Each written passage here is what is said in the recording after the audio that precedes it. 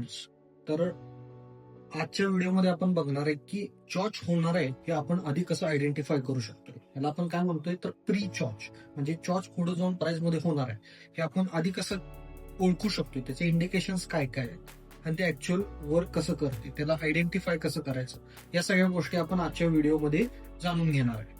तर या स्क्रीनवर आता तुम्हाला काय दिसते की एक्झॅक्टली प्राइसचा ट्रॅव्हल कसा असतो आपण टेक्स्टबुक सेटअपच्या अकॉर्डिंग बघितलेलं की प्राइसची मोमेंटम ही कशी होत असते, एक पुलबॅक्स क्रिएट, हायर हायस हायर लोज हे क्रिएट करत जात असतं. असं आपण बऱ्याच ठिकाणी बघितले.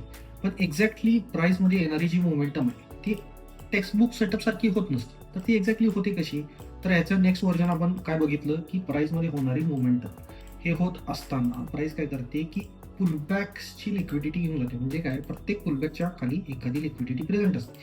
ती प्राइस लिक्विडिटी हंट करते आणि मग प्राइसचा ट्रॅव्हल स्टार्ट होतो. तोही पुलबॅक घेतच जात असतो. ठीक आहे, हे आतापर्यंत आपण बघितलं की हे व्हर्जन क्रिएट होत असताना एक्झॅक्ट मार्केटमध्ये असं स्ट्रक्चर बनत असतं.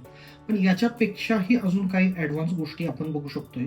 जसं की आपण आता या प्रकारच्या स्ट्रक्चरमध्ये कसं आयडेंटिफाय करतो की प्राइसमध्ये आयडीएम झाली, त्याच्यानंतर हाय कन्फर्म झालं आणि या हायच्या वरती क्लोजिंग मिळाल्यानंतर आपलं ब्रेक ऑफ स्ट्रक्चर कम्प्लीट झालं.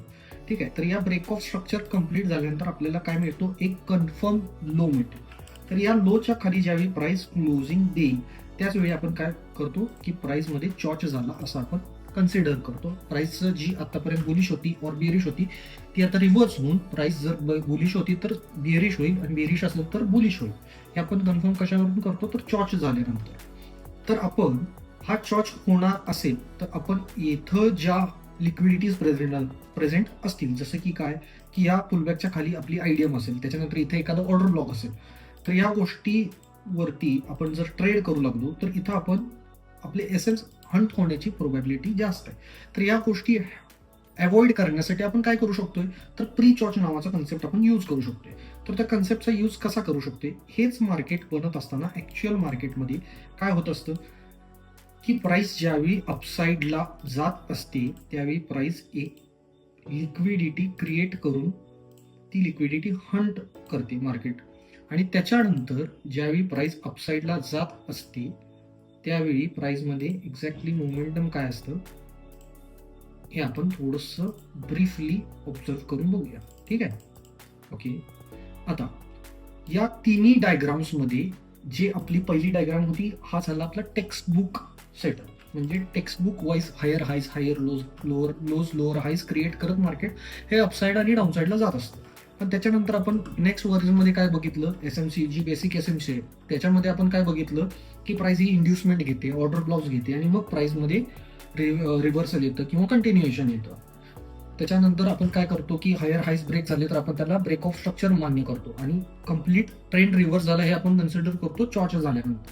पण चॉच होणार आहे हे ओळखण्यासाठी आपण काय करू शकतो की चॉच होणार आहे हे आपल्याला कसं समजू शकतं, याच्यासाठी आपण काय एफर्ट्स घेऊ शकतो, तर आपण काय करू शकतो, सिम्पल वर्ड्समध्ये ज्यावेळी नॉर्मल स्ट्रक्चर मॅपिंग केलं तर हीच आयडीएम जी मागं प्रेझेंट होती ती कशी बनली, ही झाली तुमची आयडीएम. ठीक आहे, आयडीएमच्या वरती ज्यावेळी प्राइसनं क्लोजिंग दिलं तर हा काय कम्प्लीट झाला आपला ब्रेक ऑफ स्ट्रक्चर. तर याची नेक्स्ट मूव्ह काय होती की प्राइसनं कम्प्लिटली रिजेक्शन प्रत्येक ठिकाणी घेतलं, पण प्राइसनं एसएल हंट केले अल्टिमेटली आणि प्राइस ही डाऊनवर्ड डिरेक्शनमध्ये चॉर्ज कम्प्लीट केली. या प्रकारचा सीन जर अवॉइड करायचा असेल तर आपण काय करू शकतो, तर आपण काय करायचं आहे आपल्याला की बॉस कम्प्लीट झाल्यानंतर आपल्याला लो मिळाला, आता आयडियली हा आपला चॉच पॉईंट आहे. ठीक आहे, आयडियली हा आपला चॉच पॉईंट बनणार आहे की याच्या खाली जर क्लोजिंग मिळालं तर आपला चॉच होणार आहे. पण त्याच्यासाठी आपल्याला काय करायचंय की या लो मध्ये आणि या हाय मध्ये या कम्प्लीट स्ट्रक्चरमध्ये आपल्याला काय शोधायचंय की एक इंटरनल स्ट्रक्चर शोधायचा. इंटरनल स्ट्रक्चर जे की मायनर असू शकते, कमी कॅन्डल्स असेल वॉट एव्हर, तर त्या प्रकारच्या कॅन्डलस्टिकसाठी आपण काय करू शकतो की एक इंटरनल आयडीएम शोधायची. त्याच्यानंतर त्याच्यावरती जर क्लोजिंग आलं असेल तर आपल्यासाठी काय होणार आहे, सिम्पली हा जो लो आहे, जो आपला बॉस झाल्यानंतर जो लो क्रिएट झालाय ज्याला आपण कन्फर्म लो म्हणतो, हा लो शिफ्ट कुठं होणार आहे, तर हा लो शिफ्ट इथं होणार आहे. आणि जर प्राइस याच्या खाली क्लोजिंग देत असेल, तर हा आपला काय असणार आहे, प्री चॉच असणार आहे. हा काय असणार आहे आपला प्री चॉच. म्हणजे जर प्राइस याच्या खाली क्लोजिंग देईल तर आपल्याला काय होणार आहे की याच्यानंतरची खाली जी पण लिक्विडिटी असेल, ऑर्डर ब्लॉक असेल, आयडीएम असेल और एफव्हीजी असतील, तर यावेळी आपण ना बाईंगच्या ऐवजी काय करणार आहे, त्या येणाऱ्या रिजेक्शन वरून सेलिंग करणार आहे आणि सेल साईडचा प्लॅन करणार even if there is no church. ठीक आहे. प्राइस चॉर्च होण्याआधीच आपल्याला इंडिकेशन मिळालं की प्राइस मध्ये चॉर्च हा होणार आहे. हा झाला प्रॉपर कन्सेप्ट की बेसिक जे पण आपण बघितलंय आजपर्यंत त्याच्यामध्ये कसं होतं, बेसिक एसएमसीत कसं होतं आणि चॉर्च होणार आहे हे आयडेंटिफाय करण्यासाठी आपल्याला जो इंटरनल स्ट्रक्चरचा वापर करायला लागणार आहे या गोष्टी आपण आयडेंटिफाय कशा करू शकतो. बऱ्याचदा काय होतं की जसा हा सीन आहे की मार्केटनं चॉर्च केला, बऱ्याचदा काय होतं की मार्केट येतं, रिट्रेस करतं आणि या प्री चॉर्चला स्वीप करून मार्केट जी काही मुवमेंट असेल ती कंटिन्यू होते. म्हणजे एक्झॅक्ट रिव्हर्सल सुद्धा बऱ्याचदा आपण बघितले की प्राइस ही चॉर्च पॉईंट स्वीप करून पुन्हा कंटिन्युएशन मध्ये जाते. पण बऱ्याचदा लक्षात येत नाही आपल्याला की हा पुलबॅक कसा फॉर्म झाला, इथूनच का प्राइस गेली. तर तो प्री चॉर्च सुद्धा ऍज अ लिक्विडिटी काम करू शकतोय आणि प्लस ऍडिशनल आपल्याला कन्फर्मेशन सुद्धा देऊ शकते की प्राइस पुढे जाऊन चॉर्च करणार आहे. इफ जर प्री चॉर्च स्वीप झाला तर कंटिन्युएशन मध्ये आपण ट्रेड करू शकतो. आणि जर प्राइसनं प्री चॉर्चच्या खाली क्लोजिंग दिलं तर आपल्याला काय समजणार आहे की आपण ट्रेंडच्या अपोजिट डिरेक्शन मध्ये एक अपॉर्च्युनिटी फाइंड आउट करायचा प्रयत्न करतो. आता आपण याची रिअल टाइम एक्झाम्पल्स बघूया. ठीक आहे. आता मार्केटमध्ये आपल्याला हा गोल्डचा करंटली चार्ट आहे. आज डेट आहे 30 नोव्हेंबर 30 ऑक्टोबर. ठीक आहे. तर याच्यात काय झाले की ज्यावेळी एक्झॅक्ट प्राइस मध्ये बॉस झाला, कम्प्लीट चॉर्च झाला, त्याच्यानंतर प्राइस पुन्हा जाऊन चॉर्च करेल का नाही करेल हे कुठे डिसाईड झालं, जिथं प्राइसनं प्री चॉर्च केला. प्री चॉर्च झाल्यानंतर कळालं की आपण इथल्या कुठल्याही लिक्विडिटीवरून बाईंग करायचं नाही. आपल्याला फुल्ली इंटरेस्ट हा सेलिंग मध्ये. काल फेड इंटरेस्ट रेट कट होणार हे कन्फर्म झाल्यानंतर सुद्धा लोक बरेच बाईंग मध्ये गेले, पण आपण सेलिंग मध्ये बसलो. का सेलिंग मध्ये बसलो? कारण आपल्याला प्री चॉर्चनं हे कन्फर्म झालं की आता मार्केटमध्ये बाईंग ट्रेंड एंड झालाय आणि प्राइस पुढे जाऊन आता चॉर्च करणार. हे तुम्ही प्रत्येक टाइम फ्रेम मध्ये यूज करू शकताय. ठीक आहे. आता या टाइम फ्रेम मध्ये काय झालं, प्री चॉर्च झालं हे कन्फर्म झालं. आपण काय केलं, एक फॅन्टम लिक्विडिटी आयडेंटिफाय केली. त्या आयडेंटिफाय केलेल्या लिक्विडिटीवरून आपण एक सेल साईडचा ट्रेड इनिशिएट केला, ज्याचं टार्गेट आपलं काय असणार आहे, तर पूर्ण प्रिव्हियस चॉर्च पॉईंट स्वीप होणार आहे आणि नेक्स्ट चॉर्च बनणार मार्केटमध्ये. हे आपण आयडेंटिफाय केलं. सेम ॲज इट इज ज्यावेळी प्राइस रिव्हर्स झाली एका पॉईंट पासून समथिंग, तर पुन्हा जी आपण टेम्पररी सेलिंग बघितले ते बाईंग मध्ये कन्वर्ट कधी होईल, ज्यावेळी या प्री चॉर्चच्या वरती प्राइस क्लोजिंग देईल. त्यावेळी आपण काय बघणार आहे की प्राइस मध्ये ऍक्च्युअल मध्ये आता पुन्हा सेलिंगचा ट्रेंड एंड होऊन प्राइस कंटिन्युएशन मध्ये जाऊ शकेल. ठीक आहे. तसंच आपण याचे रिअल टाइम एक्झाम्पल्स जे ऑलरेडी मार्केटमध्ये बनून गेल्यात, जसं की आपण आता इथं बघू शकतोय की मार्केट हे ऍक्च्युअल मध्ये हायर हाईज आणि हायर लोज मार्क करत नाही गेलेलं. मार्केट काय करत गेले, स्वतःचीच लिक्विडिटी हंड करत गेले. त्यामुळं जरी प्राइस ही बुलिश दिसत असेल तर पुढे जाऊन चॉर्च करणार आहे किंवा स्ट्रक्चर कम्प्लीट करणार आहे वर रिव्हर्स करणार आहे हे आपण आधीच आयडेंटिफाय करू शकतोय. तर याचे आपण अजून एक्झाम्पल्स फाइंड आउट करायचा प्रयत्न करूया, जे की मार्केटमध्ये ऑलरेडी झालेले दिसतील. हा ठीक आहे.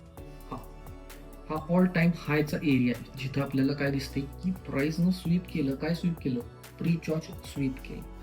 प्री चॉर्च पॉईंट स्वीप केला आणि तिथून आपल्याला जी काय डिस्प्लेसमेंट बघायला मिळाली ती प्राइसमध्ये एक्झॅक्टली आपण ऑल टाइम हाय पासून सेल करू शकलो. आता या पर्टिक्युलर सेटअपमध्ये, ठीक आहे, या पर्टिक्युलर सेटअपमध्ये आपल्याला काय दिसतंय की मार्केटमध्ये ऍक्च्युअल बॉस कम्प्लीट झाल्यानंतर, हा बॉस कुठं कम्प्लीट झाला, इथं कम्प्लीट झाला. ठीक आहे. पण प्राइसचा लो हाय. ठीक आहे. पण प्राइसनं एक्झॅक्ट पर्टिक्युलर लेवलच स्वीप करून गेली. ती लेवल कुठली होती, तर ती होती प्री चॉर्चची लेवल. तर प्री चॉर्चचा एरिया काय डिसाईड करतोय की जर या लेवलच्या खाली जरी प्राइसनं क्लोजिंग दिलं तर हा लो सुद्धा हंट होणार आहे. मग ही लेवल आपल्यासाठी काय बनली, एक क्रुशियल एरिया बनला. ठीक आहे. तर या लेवल पासून आपण ट्रेड करू शकताय. प्री चॉर्चचा वापर करून आपण प्राइसची ऍज अ लिक्विडिटी और प्री चॉर्च मध्ये आपण ट्रेंड एंड होण्याआधी आपण आयडेंटिफाय करू शकतोय की ट्रेंड एंड होणार आहे आणि प्राइस ही रिव्हर्स होणार आहे. ऍक्च्युअल आपला रिव्हर्सल पॉईंट कोणता असणार आहे, हाय लोज कसे कन्फर्म करू शकतोय आपण, अजून हायली ॲक्युरेटली कसं आपण त्याला डिकोड करू शकतो हे आपण आयडेंटिफाय करू शकतो प्रीचर्स. ठीक आहे. या प्रकारचा अनालिसिस ट्रेड्स असतील, ह्या सगळ्या गोष्टी आपण आपल्या टेलिग्राम ग्रुपवरती सगळे इन डिटेल शेअर करतोय, व्हॉट्सअप ग्रुपवरती शेअर करतोय. फुल्ली रोज नॉलेज लर्निंगचे सेशन्स आपले चालू असतात. रोज तुम्ही त्या गोष्टी आयडेंटिफाय करू शकताय, मार्केटमध्ये बघू शकताय. तुम्ही आपल्या युट्यूबच्या चॅनलच्या बायोमध्ये, इंस्टाग्रामच्या बायोमध्ये व्हॉट्सअप टेलिग्राम दोन्हीच्या लिंक दिलेल्या आहेत. आपण तुम्ही जॉईन करू शकताय. आपल्या लाईव्ह रोज ट्रेडिंगचे सेशन्स असतात ग्रुपबरोबर, ग्रुपमधल्या मेंबर्स बरोबर. तिथं तुम्ही मला जॉईन करू शकता एकत्र ट्रेड करण्यासाठी. लाईव्ह ट्रेडिंग तिथं स्टार्ट असतं. माझा बायस, माझे डिसिजन्स, माझे जे पण लर्निंग असेल ते मी तिथं पोस्ट करत राहतोय. तर ज्याला कोणाला इंटरेस्ट असेल तर त्या लोकांनी त्या गोष्टीला जॉईन व्हा. व्हिडिओ जास्तीत जास्त लोकांपर्यंत स्प्रेड करा, लाईक करा, सबस्क्राईब करा आणि जास्तीत जास्त लोकांसोबत शेअर करा. थँक्यू.